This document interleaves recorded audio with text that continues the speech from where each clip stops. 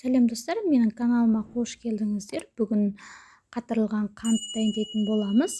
Бұрынғы кездерде конфеттің орнына апаларымыз, әжелеріміз қолданған. Қазірде үлкен кісілері бар үйлер жасайды деген ойдамын. Егер жасап жүрсеңіздер, комментарий қалдырып кетіңіздер, қуанатын боламын. Менің арнамда бірінші болсаңыз, тіркеліп кетуді ұмытпаңыздар және қоңырауша белгісін басыңыздар. Ең алдыменен осылай қантымызды қызып тұрған табамызға салып аламыз. Мен 500 грамм қант салдым. Енді осы қантымыздың асты қызарғанша осылай отта қоямыз. Астын қатты қоямыз отымыздың. Қазір қызарғанын көрсететін боламын.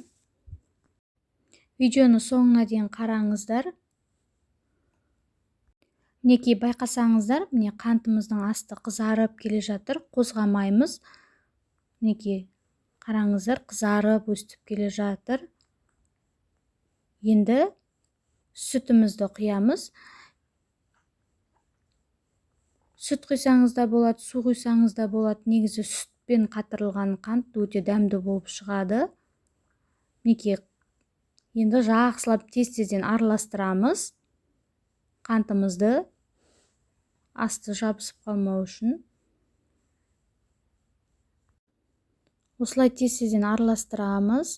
Менің арнамда тағы да қант қандыру жолы бар. Оның ішіне салмасына мен жаңғақ қосқанмын. Осы да мейіз қосатын боламын. Өте дәмді болып шығады. Мінекей тез-тезден араластырып тұрамыз осылай.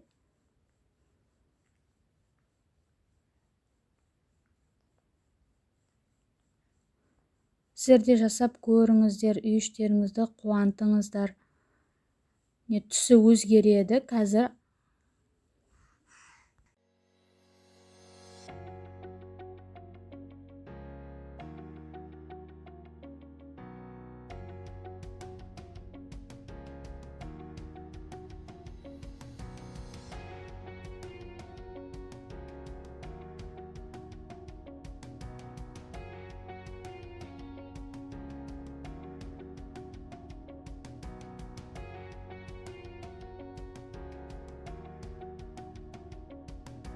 Мінекей қарасаңыздар, түсі сарғайып, өте әдемі болып келе жатыр. Енді сары майымызды саламыз. Жақсылап араластырып аламыз. Мейізімізді дайын болғанға жақын салатын боламыз. Жаңғақ қосатын болсаңыз да осылай дайын болғанға жақын салсаңыздар болады. Осылай жақсылап араластырып тұрамыз. Дайын болуға жақын қалды. Жақсылап араластырып тұрасыздар осылай. Енді мейізімізді салатын боламыз. Дайын болып қалды.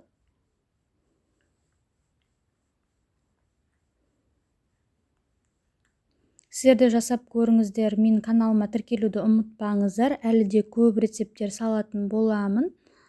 Енді ыдысымызға, осылай ыдысымыздың іші құрғақ болу керек, су болмау керек.